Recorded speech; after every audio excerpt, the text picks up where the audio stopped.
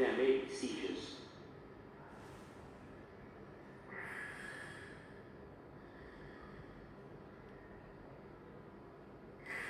The intervals between breaths get increasingly longer.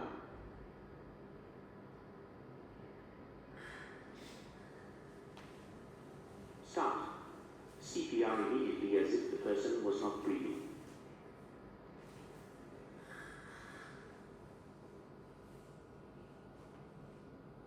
Okay.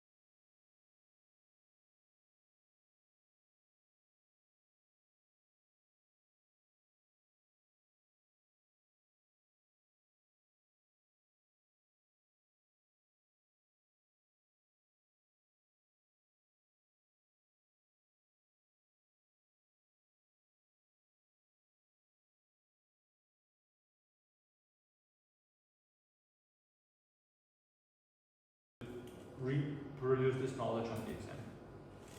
Sudden cardiac arrest is a serious and life-threatening medical emergency. Sudden cardiac arrest is typically triggered by a fast and chaotic heart rhythm in the ventricles, called ventricular tachycardia. Ventricular tachycardia can lead to ventricular fibrillation, in which the heart is unable to pump at all. Instead, the heart muscle just quivers, and little to no blood is pumped to your body. Within minutes, the person can die. Death from this cause is called sudden cardiac death, which is shown here. However, with defibrillation treatment, shown on the right, the heart can return to a normal rhythm. Okay, so here we saw a scheme of the heart, so it's basically a pump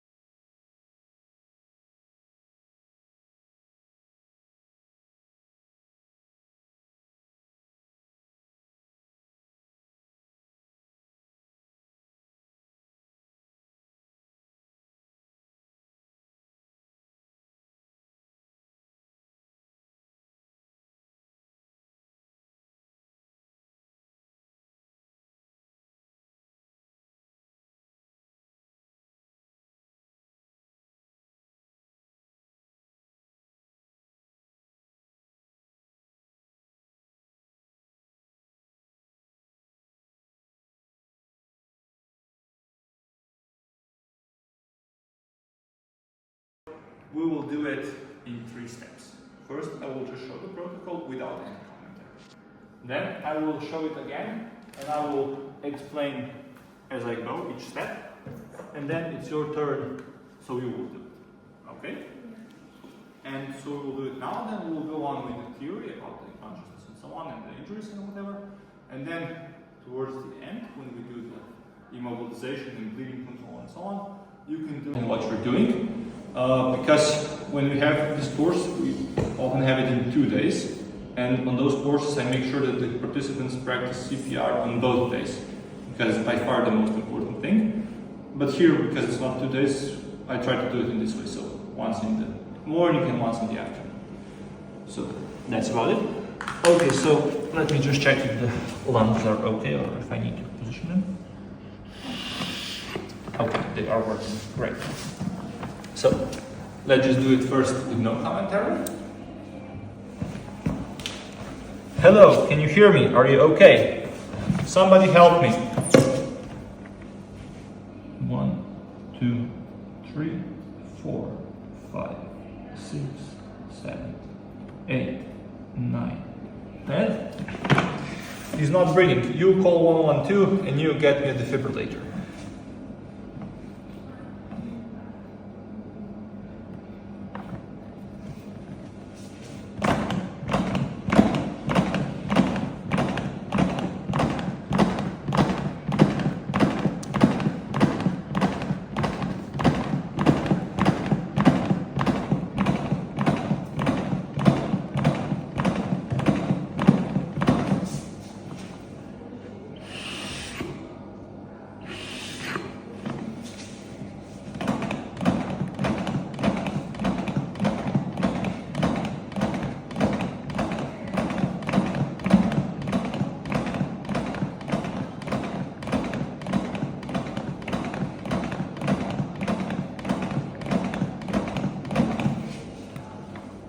Funkcija za šolanje.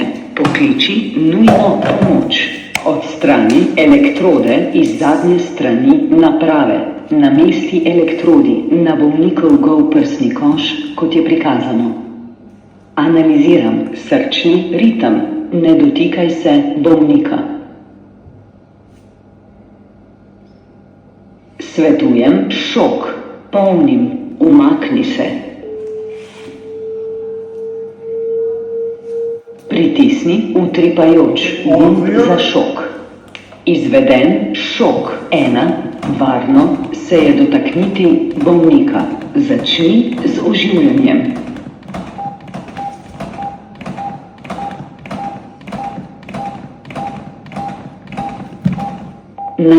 Okay, and I would continue in this manner until the ambulance arrives.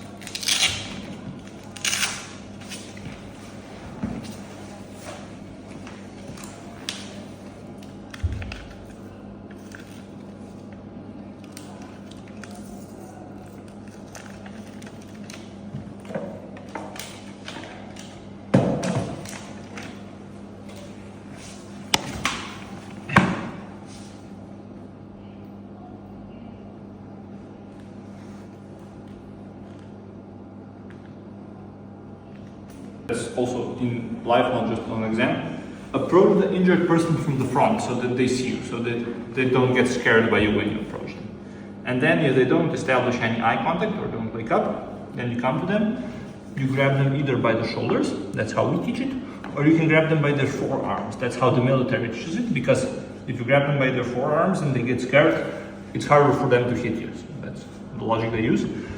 You grab them, you shake them, and you say, hello, can you hear me? Are you okay? What has happened? You try to wake them up.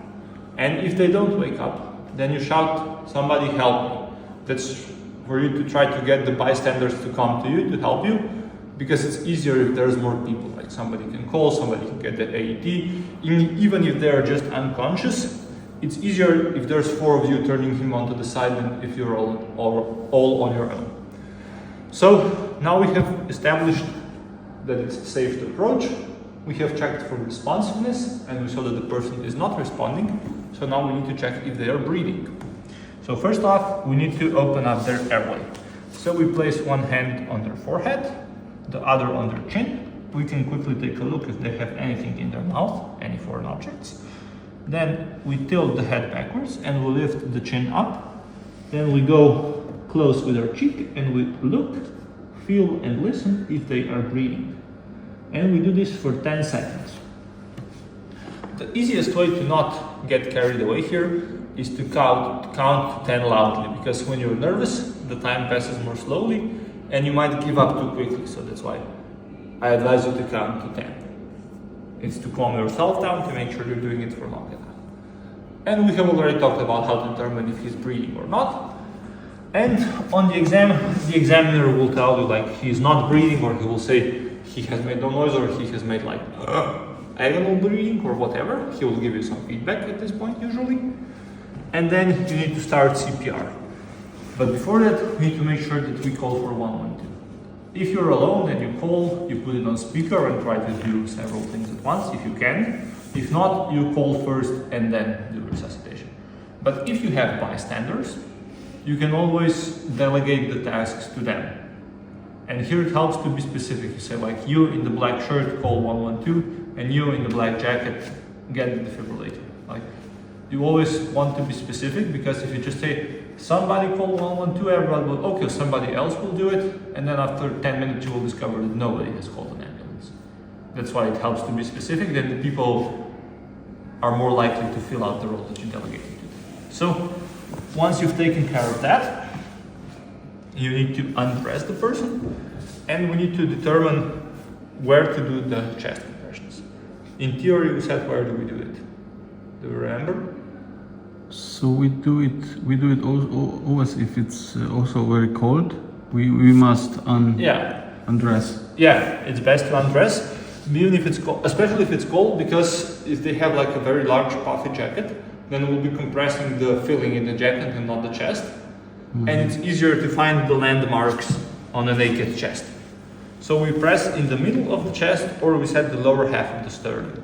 Now, how do we determine that point?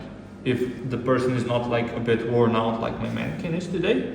So this is the school technique that you need to show on the exam, and there is another one that you can use in real life. So first we need to palpate for the collarbone. This is this bone here. You can feel it on yourself. This is something that is very easily identifiable even in very fat people. Then the other thing is the bottom of the ribs. So you go down the ribs, and when it starts to get soft, when you get to the abdominal wall, that's the end of the ribs. Then you position one pinky finger on the last rib, the other one on the clavicle or the shoulder bone, the collarbone, and then you make the middle with your fingers, and then you transfer that middle in line with the nose. So the middle here, if your fingers are not long enough, you can just position it here and then slide it forward. Then in line with the nose, then you place the heel of your hand or almost your wrist in line with the nose. Generally, the people feel best if they put their dominant hand first, and then their non-dominant hand over it. You then intertwine the fingers, you flex the fingers on the top hand, and then you get with your knees as close to the mannequin as possible.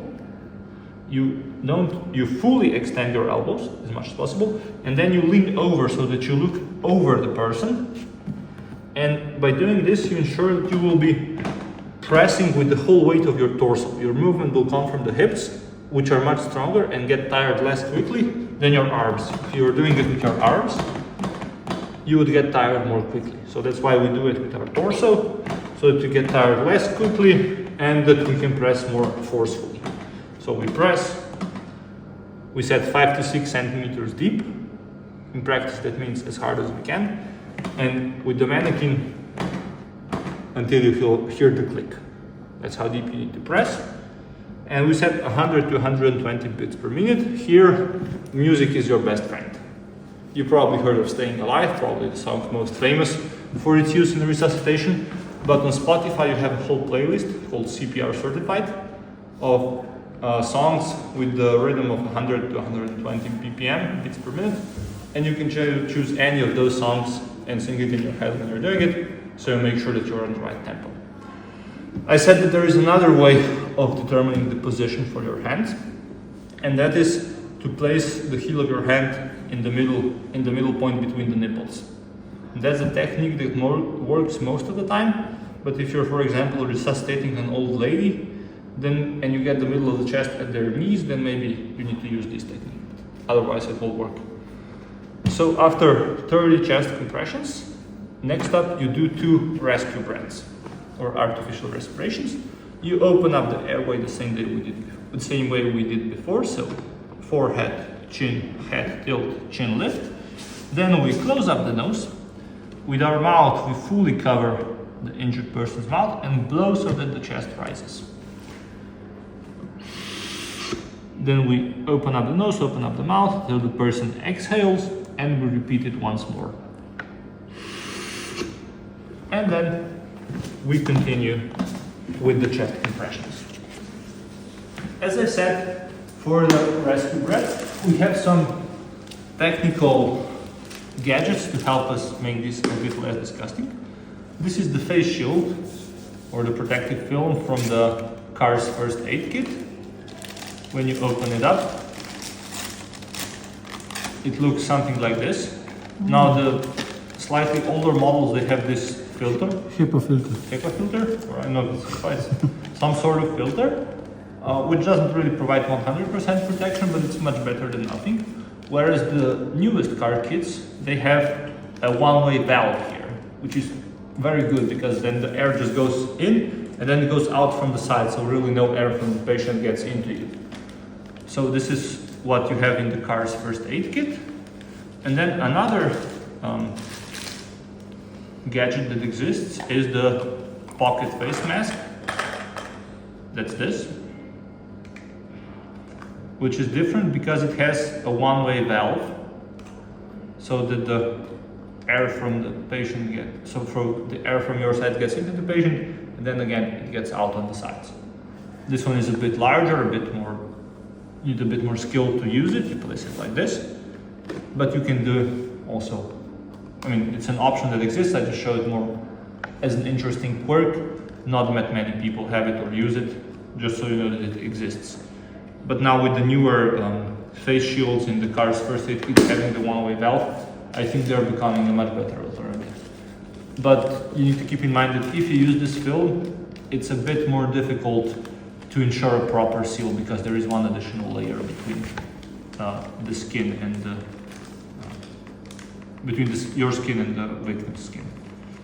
So that's for real life and how you would do it. Is it harder to breathe in air through filters? Through this one, not that much. Not much, okay. But anyway, you're blowing through it with pressure, so it gets through. So as far as here on the course, you have 3 options. I have the alcohol napkins there. We will disinfect the mannequin. You can try it on the mannequin just like I did. We have the protective film for the mannequin, the same thing as here, just from the manufacturer of the mannequin. You can use this if you want. Or on the exam, the minimum that we require ever since COVID is that you, again, tilt the head, close the nose, and then just show how you would do the artificial respirations without actually touching the mannequin. You can do it in the way that you feel comfortable, that's up to you, but those are the 3 options that you have. So then, at some point, you get the AED. On the exam, you definitely get the AED, whereas in real life, it depends. Maybe you get it, maybe you don't. But once you get it, it's best if you position it behind the person's head, because in that way, you have access from both sides. So even if somebody else starts then doing chest compressions from the other side, they still have access to the defibrillator. Then you want to turn it on as soon as possible, and then listen to it, or if you don't understand Slovene, do everything on your own. I won't just turn it on just yet because I don't want to shout over the device. But here we have the pads. You see that they have a drawing on where we need to put them. So one goes above the right nipple, here, and the other one goes underneath the left armpit. These are the adult electrodes. This defibrillator also has the child electrodes, which look like this. Usually they would have their own cable, and you will unplug the adult one and plug the child one in. But since this is a training device, it uses Velcro to attach the new ones. And once the defibrillator senses that there is a person between the two electrodes, it will switch to analysis. So once you have positioned the electrodes on the person, then nobody should touch the person anymore. And then the defibrillator will tell us if shock is advised or not. If shock is advised, the button will start flashing. Okay, now let's hear it out. Funkcja za šolanje. Pokliči nujno pomoč. Odstrani elektrode iz zadnje strani naprave. Namesti elektrodi na bolnikov gol prsni koš, kot je prikazano. Now the defibrillator is saying to place the electrodes on the patient. Namesti elektrodi na bolnikov gol prsni koš. Analiziram srčni ritem. Ne dotikaj se bolnika. Svetujem šok. Polnim. Umakni se. Some defibrillators make this noise when they are charging for a shock, but some don't. Pritisni utripajoč gumb za šok. Now before you press the button, you need to Pritisni say all clear. utripajoč gumb za šok. Make sure nobody's touching it and press. Izveden šok 1. Varno se je dotakniti bolnika. Začni z oživljanjem. You don't need to wait for the defibrillator to tell you to continue chest compressions, you can do it right away. If it's an actual defibrillator, you would see the person getting shocked, and right after that you can continue. Nadaljuj še 1 minuto. And then the defibrillator is telling us to continue. It's beeping in the tempo for the chest compressions, and after a few minutes, it will repeat the analysis. Okay, so that's about it for what I have to show you in terms of practical skills. Do you have any questions at this point? You need to talk much. You can do it either way. If you want, if it's easier for you to talk while you're doing it, you can talk. And if not, you can just do it without talking. Or that you first say that you make sure that everything is safe, that you're in a safe position, that it's no danger for you also. You just say, I made sure that the scene is safe. I checked for safety, and then you can start.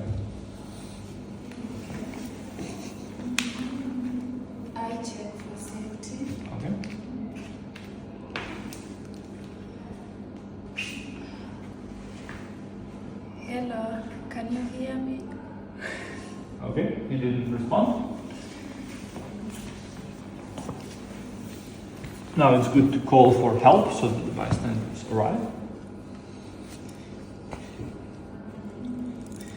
Okay, we've done that now. You must say that I should call. You must say to me or to anybody, or you call. Is that correct or not? Yeah, I mean, you can already call 112, but we can first also check the breathing, because that's the first question that the dispatcher will have for you is the person breathing? Okay. Like at least in Slovenia we don't have it, but for example in the UK when you call the ambulance, they have the 999 number.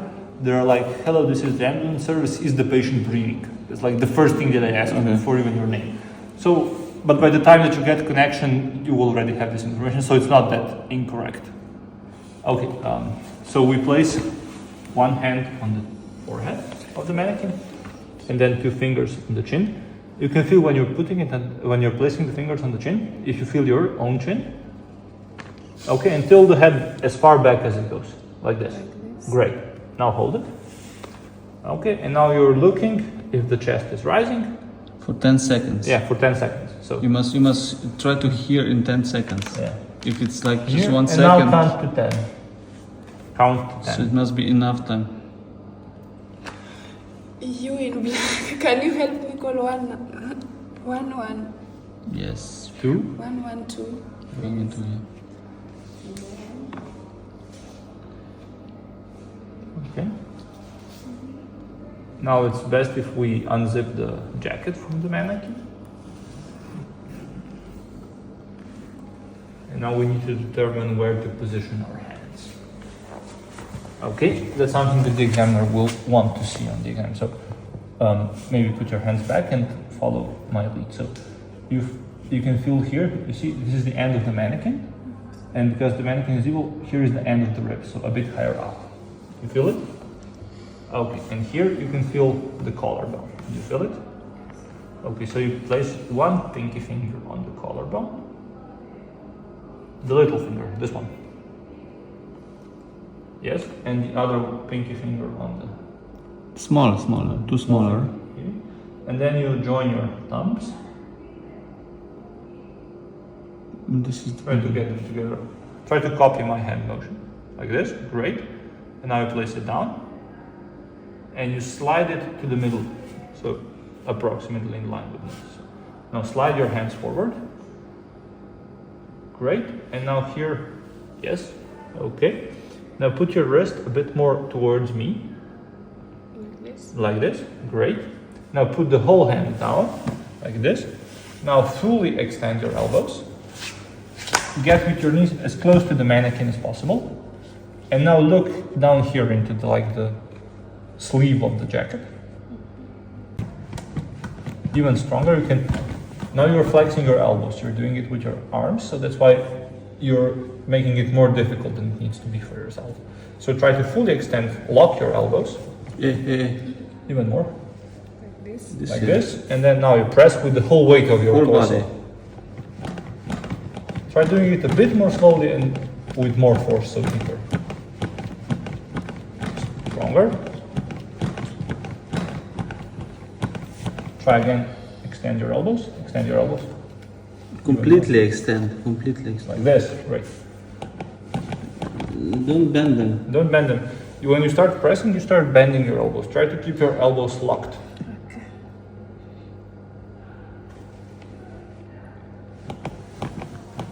And press more. Like you can't press too hard. Even stronger. Okay. Stop for a second. So, again.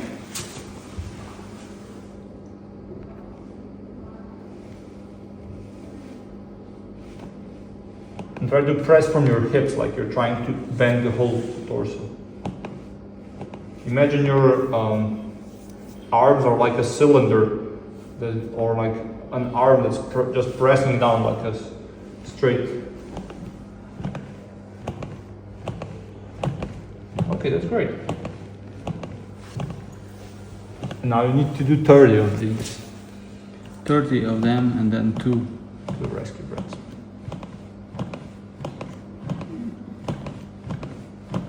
Rest more, rest more.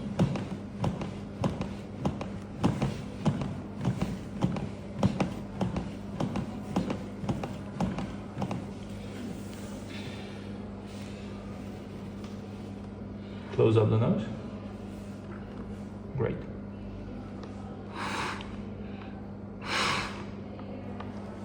Okay, and now you would continue with chest compressions. First put really make like long. This. They're on the back side of the machine. You can lift it up. Okay.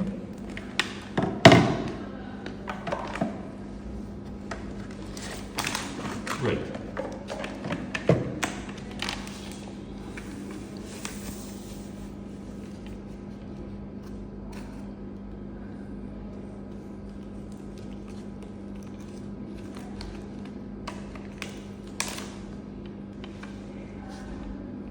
Okay.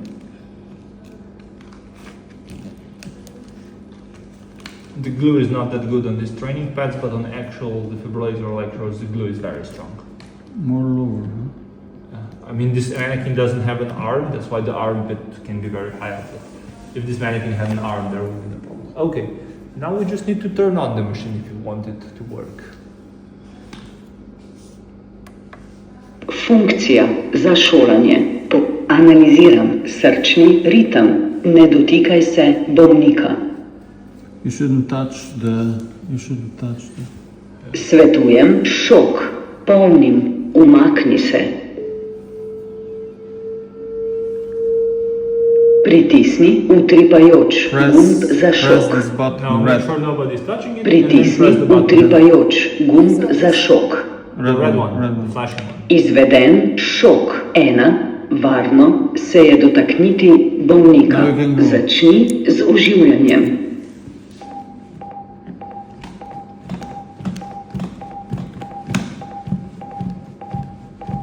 Nadaljuj. Okay, Ugašam. we can make a bit of an analysis what we did thus far. So for the defibrillator, as I said, there are always at the most two buttons. One is for turning the machine on, and the other is for delivering the shock. It's never the same button. That you can be sure. And it's always the button that is flashing red. That's the one that you need to press for the shock. That's, at least in the European Union, all defibrillators have to follow this rule. Just in European rule, you place the electrodes great. Basically, the only thing that we need to improve is your arms. So you still flex your elbows when you're pressing, and you're making it more difficult for yourself that way because you're losing energy in your elbows instead of just pressing down the mannequin. And once you figure that one out, then also your chest compressions will be strong enough so they will be deep enough. Now they're a bit shallow, but that's because you're using energy to move your elbows instead of pressing on the mannequin. So let's try again, okay? Yes. So let's kneel against the mannequin. Get as close to the mannequin as possible, then it's easier. Now put your hands like this and just completely extend out your arms as much.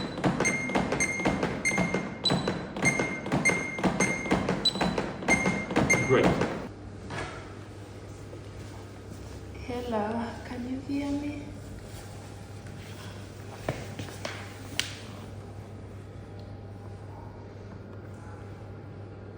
All right.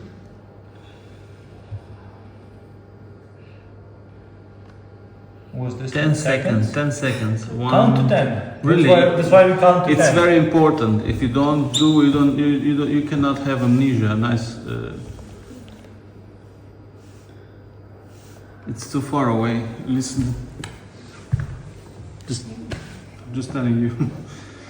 Just be close to ear. Very close. I must. No, you need to leave his nose open. We want him to breathe. When you're doing the artificial respirations, that's when we close the nose.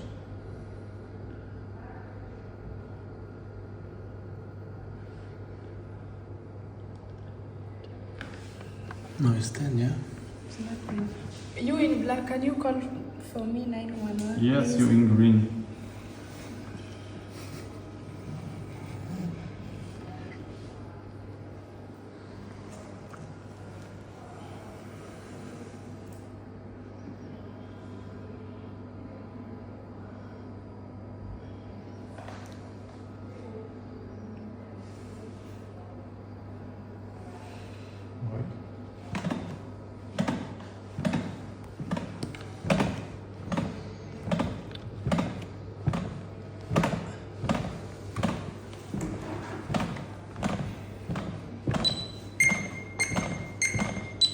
This is as slow as you can do it. At least this fast. Faster. Must be 30, and then 1, 2. Okay, when you're doing the rescue breaths, Yes. you don't need to do it that forceful. Like, you can do it a bit slower and a bit more like.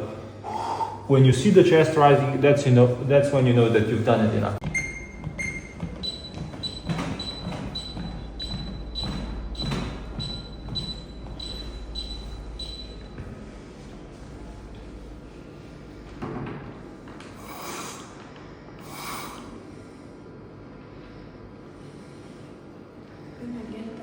Yeah, then you would just repeat. So, I mean, the thing with resuscitation or with CPR is, only during the beginning, it's very confusing. There's like a lot of things happening. You try the breathing, the airway, the safety, calling for an ambulance, getting the AED, starting compressions on. But once you get over like that initial bump of confusion or of like a whole lot of stuff to do, then it gets very like the routine very boring. Like you're just pressing, doing the rescue breaths, and it gets very repetitive. So it gets a lot less complex, a lot less mentally stimulating, and just physically exhausting. Okay, so I think that's enough for now. We can return to some theory, and then later on we'll repeat again. I think that way it makes more sense.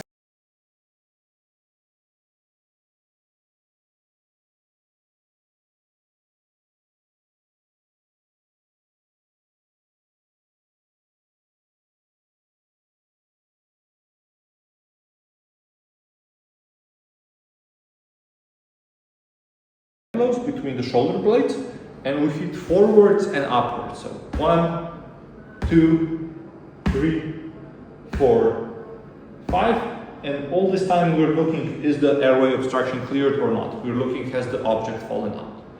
If after 5 leg blows there was no success, we do 5 abdominal thrusts. We also call them Heimlich maneuvers in Slovene. That's the name that might appear in the exam sheet. Now, for Heimlich maneuvers, we palpate again, you can feel on yourself, your ribs, they make like 2 arches here which come together. And just underneath where those 2 arches come together, you make your like kind of a weird fist, and you place this knuckle here. Then you press, and you do basically a J loop. So you go down and back, then up and back. The idea being that you push the bowels onto the diaphragm, decrease the volume in the lungs, increase the pressure, and blow the foreign object out. It's basically artificial coughing. And you again repeat this up to 5 times. So this is a trainer to allow you to practice how to do that, and we repeat this 5 times. If after 5 abdominal thrusts the object did not fall out, then we go back and we repeat another 5 leg blows, then another 5 abdominal thrusts, and we repeat this until either the obstruction has resolved, so the object has fallen out, or the person loses consciousness. Now we have an unresponsive person that is not breathing, so we need to start CPR and call 112. Another thing to note here is if you had a patient with airway obstruction,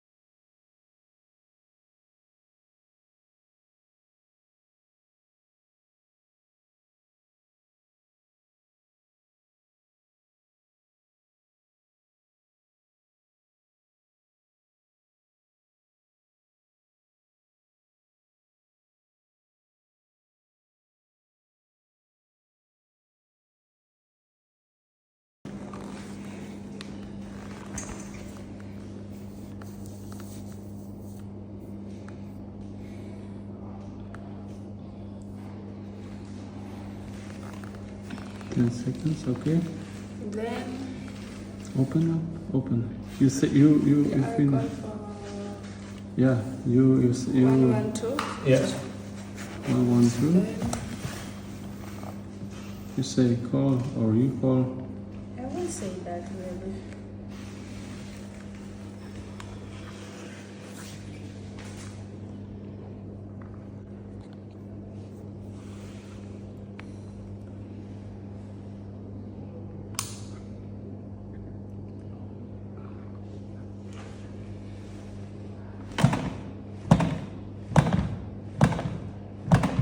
Good testing.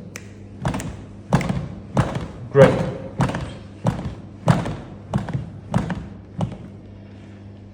Thirty times. You must know 30 That times. was not 30 times. So, yes, yeah. I did not No, know that. it's just you must really do it for exam. You must Yeah. do know Yeah. this 30 Yes, and I two. know that. and then 30 and 2 and 30 and 2. Okay. Again, 2 fingers underneath his chin.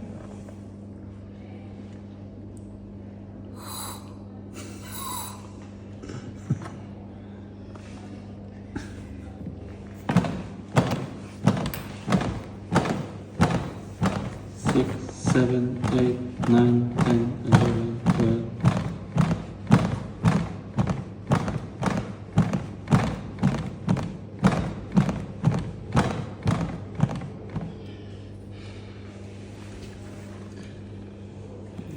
We need to practice more.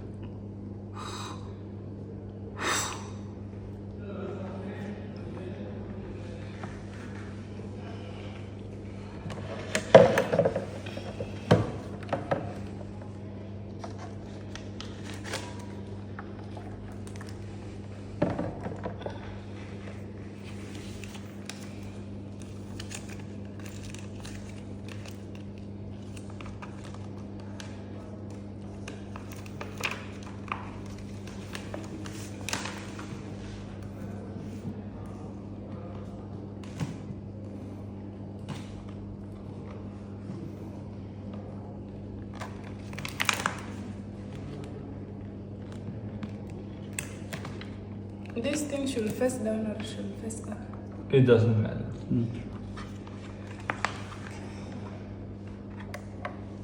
Funkcija za šolanje. Analiziram srčni ritem. Ne dotikaj se bolnika. Svetujem šok. Polnim. Umakni se. Does it? No, baby. It means now Pritisni utripajoč gumb za šok. you must first. Pritisni No utripajoč one is touching gumb body. za šok. No one is touching body. Take a look. Pritisni utripajoč And then gumb za šok. Put the. Pritisni utripajoč gumb za šok. Izveden šok 1. Varno se je dotakniti bolnika. Začni z oživljanjem. Press. Harder. Nadaljuj.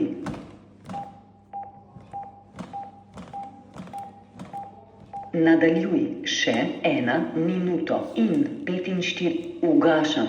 If I have a question, now if I am pressing forward after that, then after all that information, then I go here for the shock. I should pump again for 30 rounds around. Yeah, I mean, you pumped until like the defibrillator disturbs you that he wants to do the shock, or he wants to do the analysis. Then you do the shock, yeah, then you start again and you do another new 30. So even if before you did like, I don't know, 22 compressions, it's not that then you would do 8 and then 2 and then onward, but you always start with 30. Like if there is an interruption for any reason, you always start with 30 chest compressions. And how this actually looks like in the reality. So it guides you then after you put these monitors on, these pads.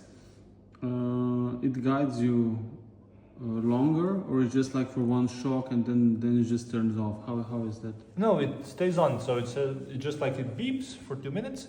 Then it's again, don't touch the patient. I'm doing an analysis, and you don't touch, and then he says shock advised or shock not advised, then you do the shock or not, and then he again repeats. And he will do that for a very long time. Actually, yeah, he leads you. He guides you through the whole resuscitation until the ambulance arrives. Wow. All the defibrillators are rated that they can provide 150 shocks before they get empty. So that's 150 shocks every 2 minutes. That's 300 minutes. That's 5 hours of non-stop CPR that the defibrillator could hold. So there is no chance that the defibrillator. So there is very little chance that the defibrillator will fail before either the ambulance arrives or you physically cannot do it anymore.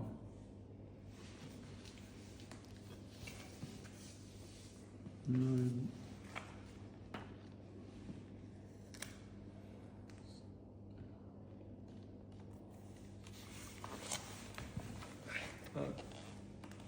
Just the other way around, because then they fold in nicely and go into the back of the defibrillator.